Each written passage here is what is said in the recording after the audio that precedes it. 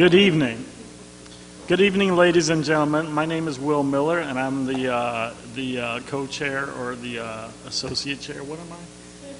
Vice chair of the East Point Planning and Zoning Commission. And at this time, I'd like to call a regularly scheduled August meeting to order.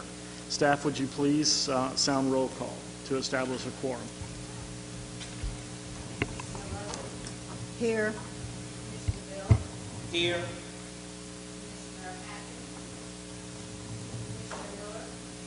Here. Here.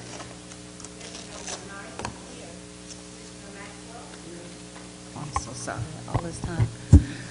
Commissioner Mitchell. Mr. Chair, you have a quorum.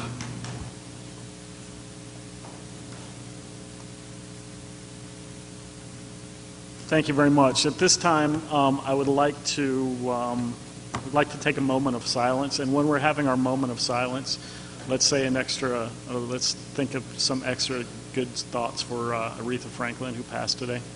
I'm sure she impacted a lot of our lives, and let's just think about her for a minute.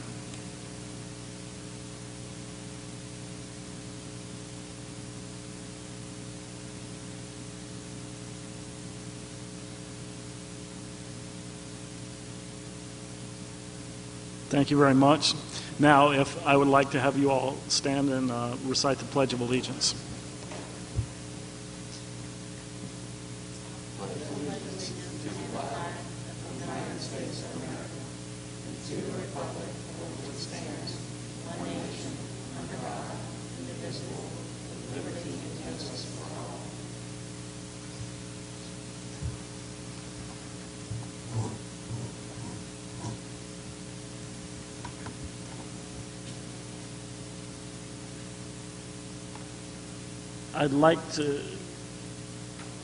Commissioners, I would like for somebody to do a motion to adopt the agenda.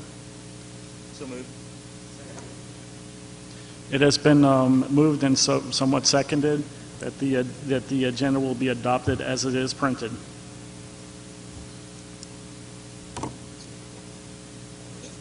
All those in favor? Aye. All those opposed? The ayes have it. The agenda will be adopted as printed.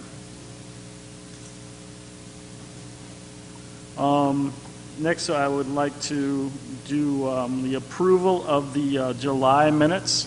Move that we approve the July minutes. Second motion.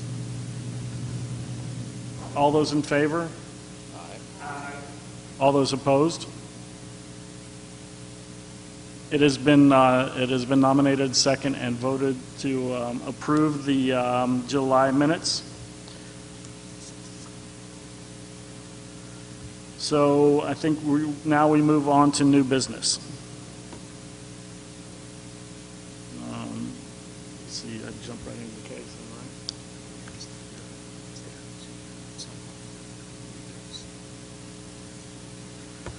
Staff, can you sound off about the case? Case number 2018V-012-08. The applicant is Zen and Sylvan LLC. The location is 2181 Sylvan Road. They're seeking a variance to allow a freestanding sign at a height of 30 feet.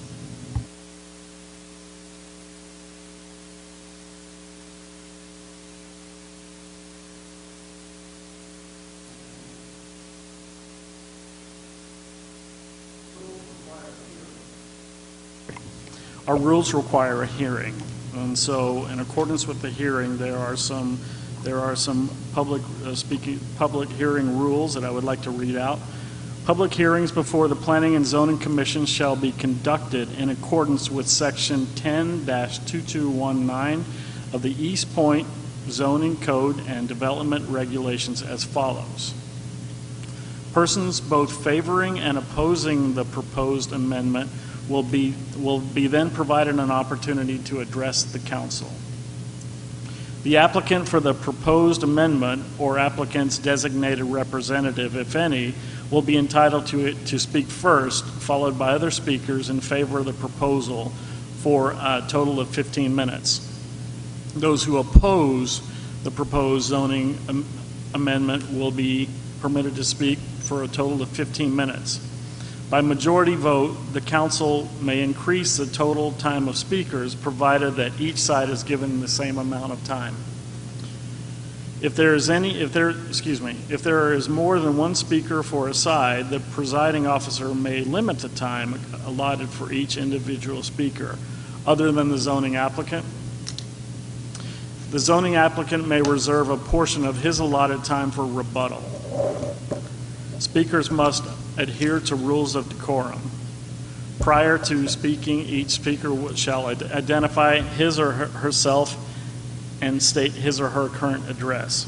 Each speaker will speak only to the merits of the proposed zoning decision upon consideration, shall address remarks only to the council, and shall refrain from making personal attacks on any other speaker.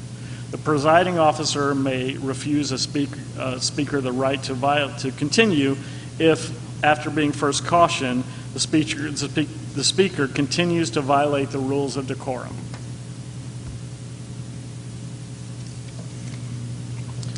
So in the case number 2018V-01208, which is Zim and Sylvan LLC, do we have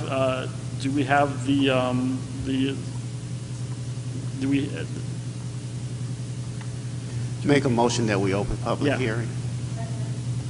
Perfect. Is the applicant here? So if so, come forward. Go ahead and call for the vote. Sorry? All in favor? All Carry in the favor? motion. Aye. Anybody opposed? Great, thanks. Excuse me, Vice Chair. Point of order, just for purposes of clarification of the record, you stated council, and I just want to make sure the record reflects commission, since it was before the commission tonight. Okay. Okay.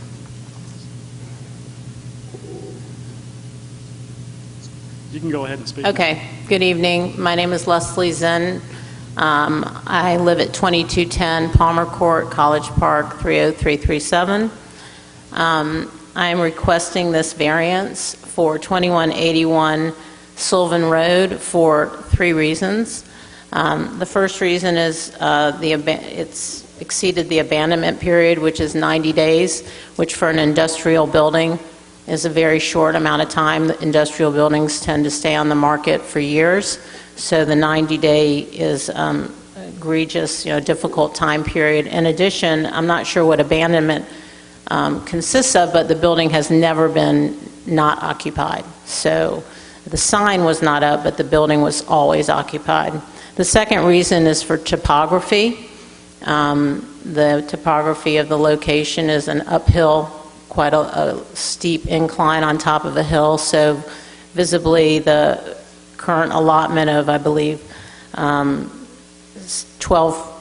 feet for a monument for a multi-tenant building would not be able to be seen. But the most important reason is for the historic designation for the building. And the building is currently in the final phase of approval of being on the National Historic Designation Preservation, so we reached out to them to find out about signage, and I want to read to you what they sent back to us. It says, in Preservation Brief 25, the preservation of historic signs has evaluated the historical placement of signs from the early 19th century into the 20th century.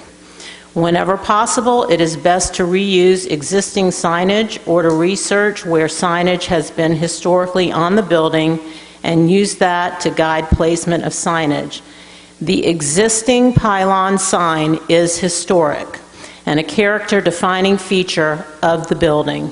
Both the original warehouse, which was built in 1954, and the warehouse expansion in 1956, and the 1957 pylon sign were all designed by Robert & Company, who is considered a significant architectural firm by the National Register of Historic Places staff in Georgia.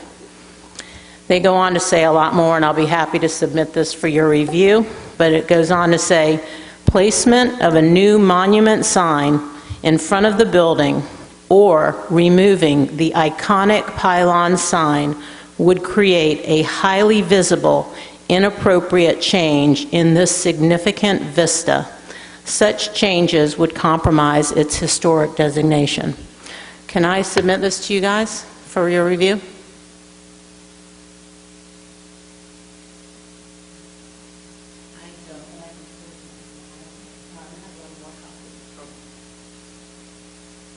So I just want to talk a little bit about this building. It was a Sperry and Hutchinson warehouse, which was S&H Green Stamps.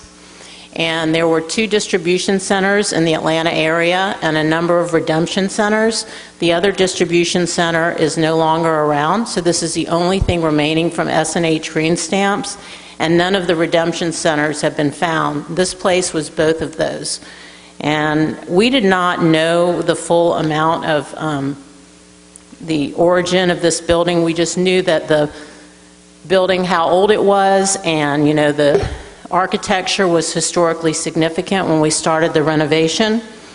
But as we dug down into the floors, we found something. It's a mosaic into the tile. I'll pass this around.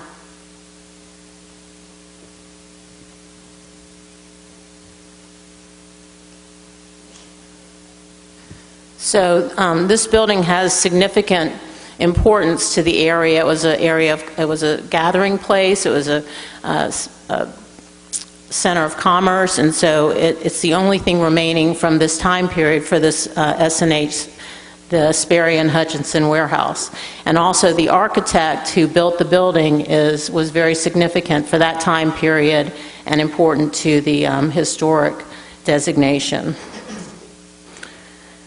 And I have more information.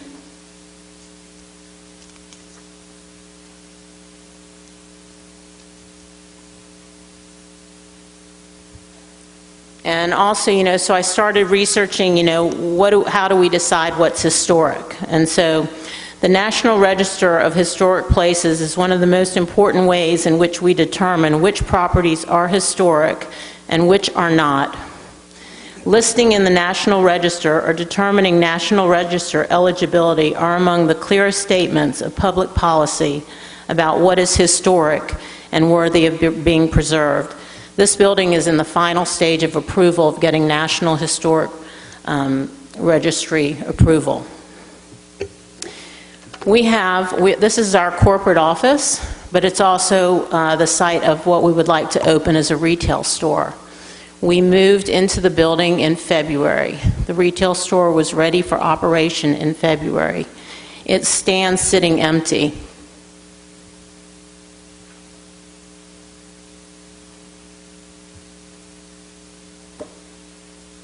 We will not be able to open a retail store without appropriate signage. Just to give you an idea of what the impact that will have on the community is, we have a retail store located at Main Street in our other plant. That retail store alone, not the plant, not the corporate office, employs 18 people. That store does $1.2 million in revenue. That is what will be missing from the community, we hope, if we're not able to open that retail store. So I think it's really of importance to our community. It's of importance to the historic designation to the building that this variance be approved. Thank you.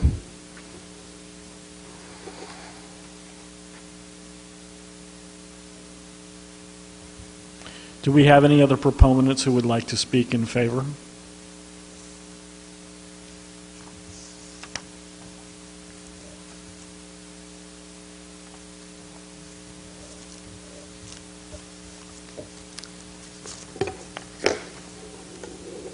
Sir, please state your name and your street address. Yes, good evening, Vice Chair and members of the board. Macy O. Rogers, Director for the Department of Economic Development, City of East Point. I won't rehash the things that Leslie talked about, but this has been a project of the Department of Economic Development for over 3 years. I initially met Leslie at one of our 8 at 8 breakfast meetings that the city manager hosted. And when she had an opportunity to speak, she spoke about the expansion that she wished to make at that time. And immediately after the meeting, we made contact with her and began talking about the expansion, and worked, diligently with her in terms of making that happen. And of course, today she has the second location. The beautiful thing that I like about this project is that I call it more or less a twofold expansion, because she wasn't just talking about expanding beyond the perimeter of what her existing building on Main Street is. Leslie wanted not only to expand into a larger space, but she wanted to expand into a larger space, but also keep intact the existing location on Main Street, keep intact the existing jobs on Main Street, and of course increase the footprint as well as the number of jobs that she would now employ, her company would employ in the city of East Point, providing more opportunities for families to make a living and become prosperous in their efforts. So the job creation and the tax base are there. The other thing, though, that I wanted to share that I think makes this such a wonderful project with respect to the city of East Point is that she wants to expand this from an educational vantage point. So she wants to educate our school kids on what manufacturing is about. This could become a destination with respect to various field trips that kids would take to come take a walk through, be exposed, if not enticed, to become potential future manufacturers of a beverage type product themselves. And so there's an opportunity there to engage not only the schools, but to also change lives and impact the lives of kids in a very positive way.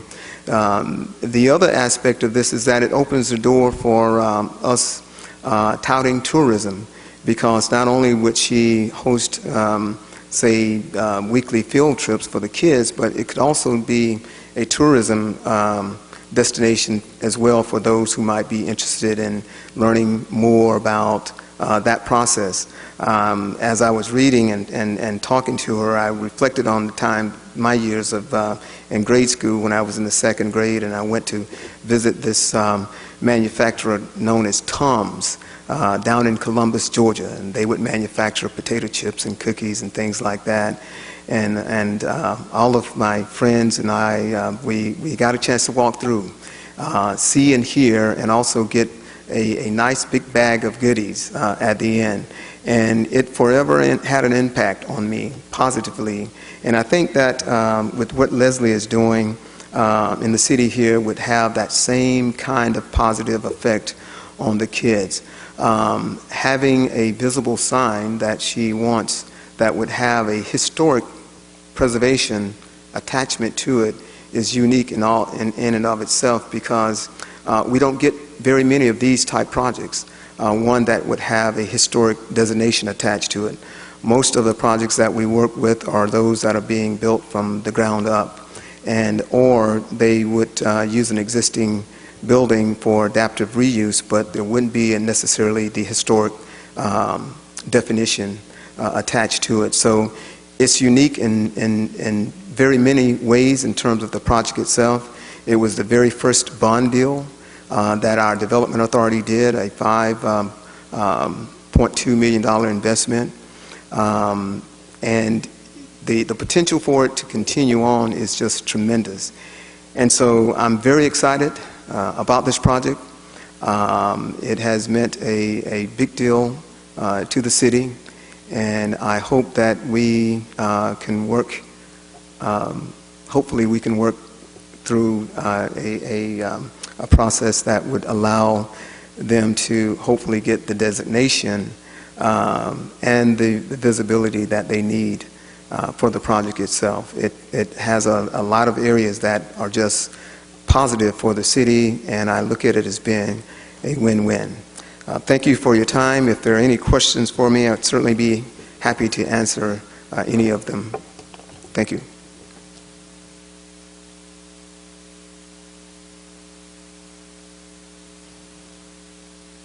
Hi, my name's Amy Heckelman. My address is 69 Waterford Place, Noonan, Georgia 30265. I am an agent for Zinn & Sylvan. I work at Arden's Garden in the corporate office, and we have some pictures here we'd like to pass around, kind of a rendering, kind of give you an idea. It's got Arden's Garden, it's got good health for all, which is what we're all about, and I think East Point definitely needs that.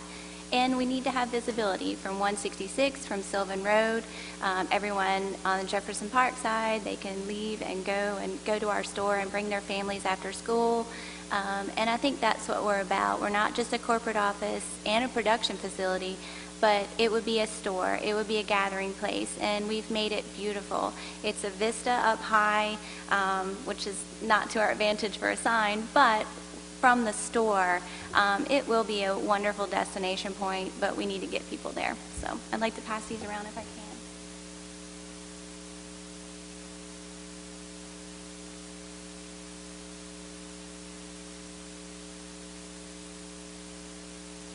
Are there any more proponents for this case? Are there any opponents for this case?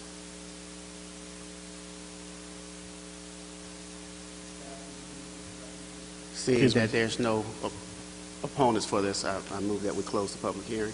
Second. The the hearing portion of this has been closed. Staff, can you make your recommendation? You have to carry the motion. Oh, sorry. Okay. It has been It has been motioned and seconded. Can all in favor? Aye. All opposed? Thank you. Now, staff, may we have your recommendations on this? In case number 2018 V-012-08, the applicant Zinn & Sylvan LLC, location 2181 Sylvan Road, staff recommends denial of the variance for an allowance of a freestanding sign at a height of 30 feet due to the establishment of nonconformity, abandonment, and prohibition of the sign structure.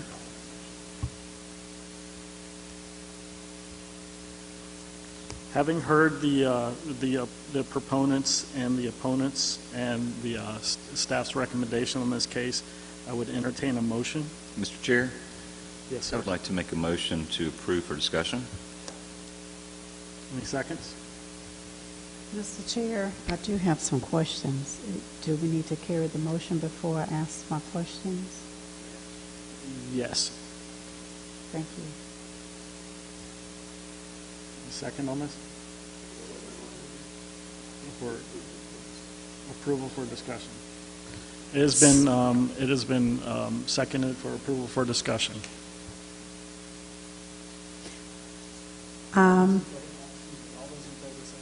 Aye. Council, Ms. Levitt. I just have a couple of questions for the applicant so that I fully understand what your concerns are. The location of the building and the sign, what are the inhibitors from potential customers getting to your location? Well, there's two problems. One is that because we're in the final phase of historic designation, we cannot remove the sign. We cannot alter it. Now, when you say you can't alter it, you can't remove the sign, that means your name is on there, but the actual structure of the sign you cannot tamper with. Correct. You can put Arden's Garden on Right. there.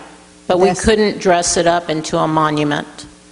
We couldn't change the pylon into a monument sign. Okay, so you do have your name there. So what are the other inhibitors? The other inhibitors are the topography. The incline going up Sylvan, okay, so there's an incline going up Sylvan. In addition, we come off Sylvan on a hill. So you have, did you submit, there's a picture going around that you can see from the corner. You can't even see down. You would not be able to see up over the two hills. Okay, so if I'm going down Sylvan and I look to my right, if I'm going south, I see Impact Church. I'm sorry? I see the sign for Impact Right. Church. Right, I can see that. right, I have no problem. correct. But you're saying past that, you're going down the hill. We're north of that. We're north of Impact Church. Well, I'm coming away from downtown. Right. You would hit us first, and then Impact Church. Okay. So you're kind of on the corner across from the service station. No. We're a little bit further over. So if you're at the service station and you come up that hill, and then you start to go down, we're right at the beginning of it starting to go down. So coming from that direction, the visibility is not bad, but coming from the other direction, When you're coming up the hill. correct. The visibility is really poor. Okay, thank you. Mr. Chair, if I could ask a couple of questions.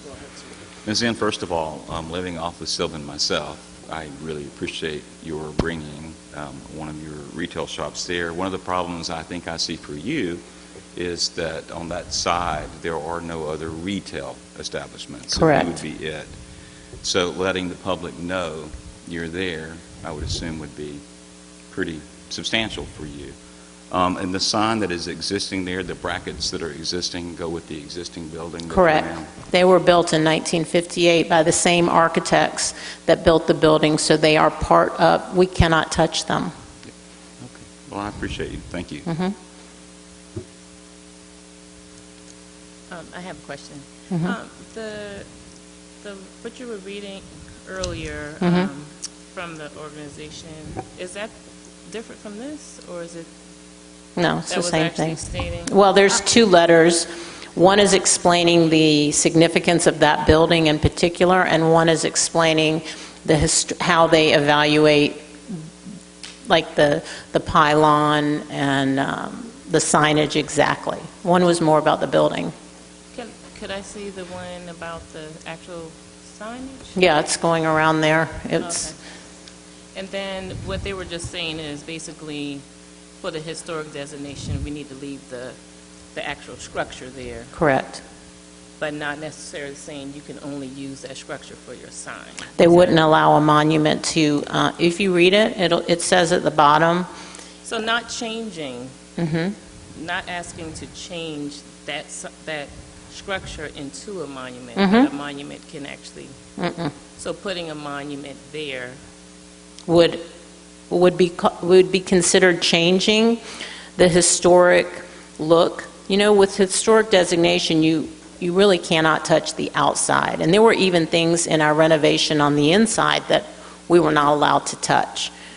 Okay? Because they had historic significance, like a scale. There was a scale in the middle of our plant that weighed 2,000 pounds. They wouldn't let us get rid of it, so we had to move it. Leave it inside the plant, but move it. Okay. I got that part. I just wanted to make sure that we're clear.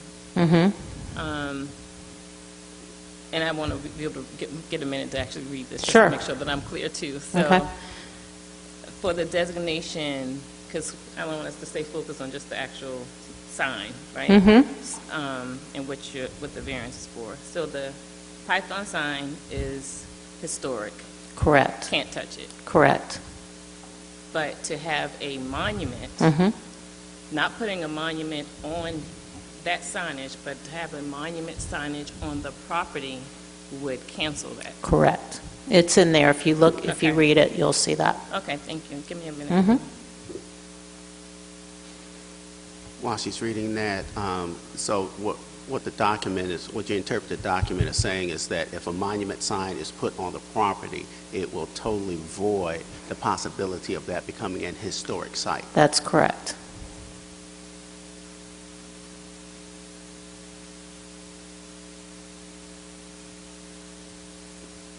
Have you guys had an opportunity to read that? Yeah, we need some verification or some input from legal on this to see, because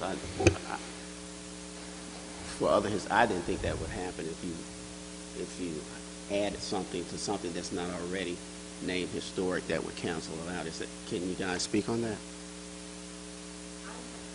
I am not aware of the historic process, but I will tell you that as far as the variance is concerned, your ordinance speaks to what you need to consider, and in staff's analysis, and Angela, if you want to chime in on it, number 6 talks about what is actually for the commission to consider for the variance itself, and not for a historic designation.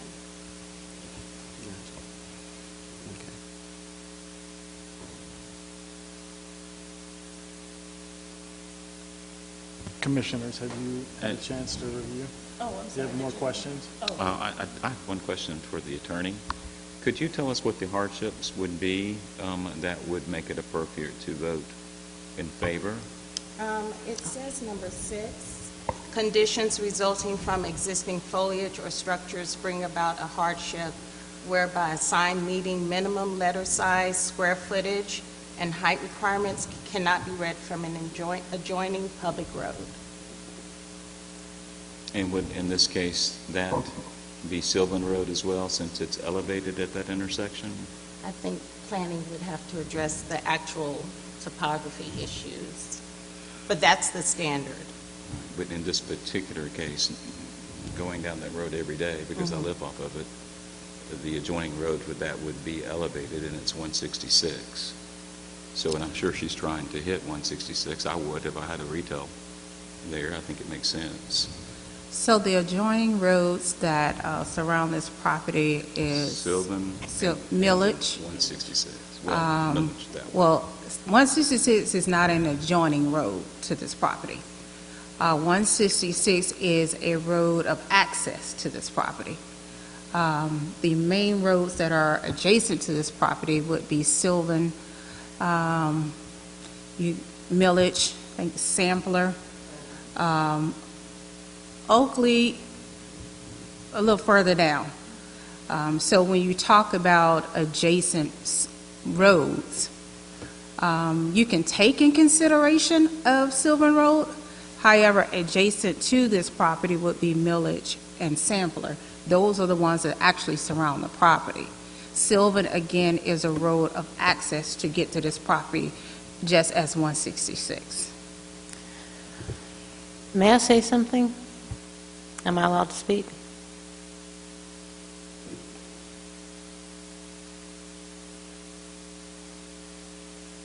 Okay. I would like to ask you a question. What is it you would like to say? Well, the address is 2181 Sylvan Road. So I'm not sure how that road is not adjacent. That road is not adjacent to the property. Again, that is an access road to the property. When it comes down to addressing, historically, we weren't involved with the addressing. So technically, where that your building sits, in essence, should have had either a Millage or a Sampler address. But I don't want to get into addressing, because we know that, some addresses should not have some of the addresses that they have. However, again, Sylvan is an access to that property, and I'm not denying that. I do see it as a hardship, but you have an existing bracket that had a sign at some point, and you're simply requesting the ability to put a new sign on an existing bracket. Correct.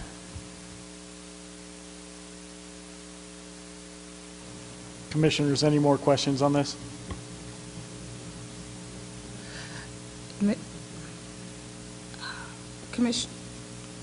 Commissioner Miller, one of the things that, and we truly don't deny that that structure exists on that property. Currently, there is no sign on that property. The ordinance does speak to the nonconformity of that sign. What is being requested is for not an existing legal sign, but a non-conforming sign, and requesting an expansion to it. So that is what is actually being asked by the applicant. Not so much as the sign exists and it conforms to our current ordinance, but the sign does not exist anywhere in our ordinance. It's not allowed anywhere in our ordinance. So what the applicant is requesting is not only for an approval of a new type of sign in the industrial zoning district, but also an expansion to it. What would be the size that the sign, the existing bracket sign, would be able to carry? There is no size dynamic for that sign because legally in our ordinance it does not exist. I don't have a question, but I would like to make a statement. I think the city and this commission totally understands and respects and loves that Art and Garden is in the city. I'm a proponent for business owner, help Camp Creek get off the ground, but also I'm a former member of planning and zoning, and I remember where we were back in the day. This sign is non-conforming. My worries are that if we set this aside, and I would love for you to have as much signage as you can, but we have to think about the ramifications of us granting this for you and then possibly an onslaught of other businesses that are around there making the same petition to us when we finally, after years, had an opportunity to clean this city up. And I've been here 46 years and understand where we were and where we are now. I was just on Main Street on Saturday enjoying your facility on Saturday, so I do go there. But this is when you first came here and this was hitting me, I was like, wow, that's a difficult situation. You're pro-business. You want to make sure that customers can see and recognize and spend money there, but still, with non-conforming, abandoned, what will we be setting if we did allow this to happen? And that's the bigger thing for this. We're all pro-business up here, and that's my 2 cents that I want to say. I'm sorry, I have another question for, are you saying that and thank you, Mr. Maxwell, are you saying that the existing sign that's there, that the historic sign that's there, is non-conforming now, presently? The current structure that's there, again, there is no sign on that current structure, Right. is considered non-conforming by the definition in our sign ordinance. That we have, okay.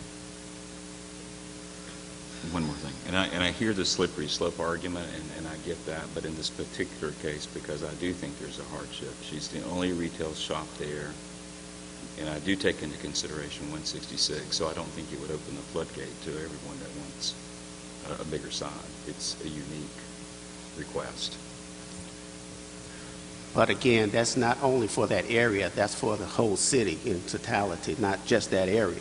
And that's my concern, is that if we did it over here in this ward, then you may look at A and B, B and C and D and other areas. Is that statement correct that I'm making? That's correct.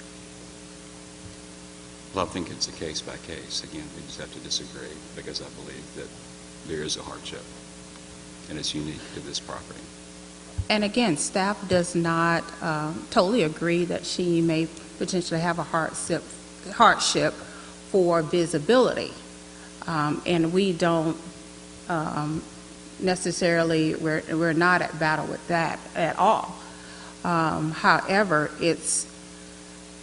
we have a sign ordinance that does have the allowance of structures where if she comes before this body and requests a variance to height for the current allowable signage, then you are definitely at will to decide that. So therefore, it's not about not having the opportunity. I think the issue which the applicant has indicated is about historical designations, and that is something that zoning or staff cannot consider. We have to consider what the request is, and we also have to consider what hardships in which the request falls under, which is the one that was read earlier. And lastly, again, staff is not against the business at all, the applicant at all. I have visited Arden's Gardens as well and have bought their material within the store, so it's not anything personal. This is what staff is, in essence, paid to do, is to regulate the ordinance. And the ordinance currently does not allow for this structure, but has allowances for other structure, and again, with approval from this body for a future application possibly, that structure can be erected with signage that allows for that retail component in which it's been spoken of. Was this discussed with the applicant when she came in? Yes. Work session, it was discussed, and I totally forgot that we did have a number of options, but I think the options, and correct me if I'm wrong, that were mentioned may have been either gaudy or too expensive, if my memory serves me correct. But there are options other than that.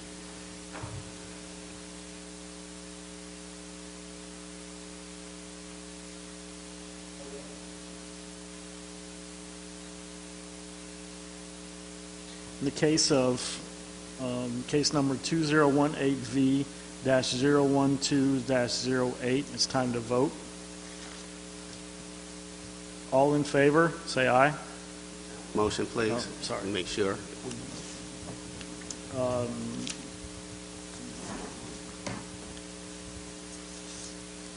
Motion to approve.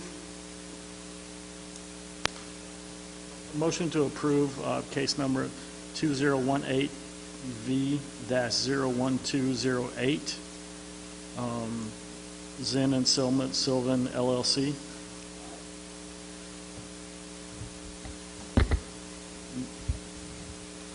Okay, so I have a question. This motion to approve, are we talking about to accept what staff is saying, or are we To talking about approve approving? or to approve the variance or deny the variance. Okay. Okay. So now we're voting to approve. Vice Chair, for point of order, this may be easier to sound or ask the commission if there's a motion on the floor, and whoever wants to make the motion, regardless of it's to approve or to deny, can originate that motion. There is presently a motion on the floor. I made a motion to approve for discussion. It was seconded. So I think that's the vote we need to vote on the motion. I think that motion carried too, correct? For purposes of discussion only. Okay. Right, so we need to clarify what's actually on the floor now. So I'd like to we make a know- motion then. My motion, since there are options for signage for that property, is to accept staff and approval and deny.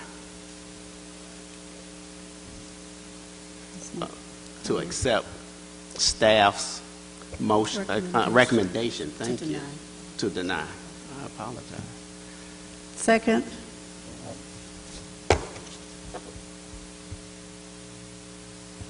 So a motion has been made to accept staff's recommendation to deny the variance. All in favor? Aye. Anybody opposed? Okay, so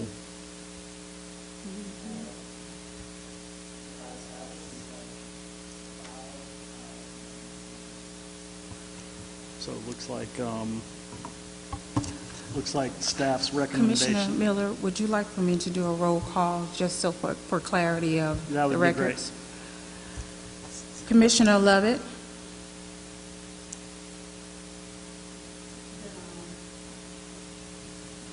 The motion is yes or no? No, yes to deny. Yes. Commissioner Bell? Commissioner Tucker? Commissioner McKnight? Commissioner Maxwell? Commissioner Mitchell? Vote carried. Motion carries, I'm sorry, to deny. The variance is denied. So, move on to announcements. So, I would like to move on to announcements. Does anybody have any announcements they'd like to make? With that, we're adjourned for the evening. Would anybody make a motion to adjourn for the evening? Motion to adjourn. Second.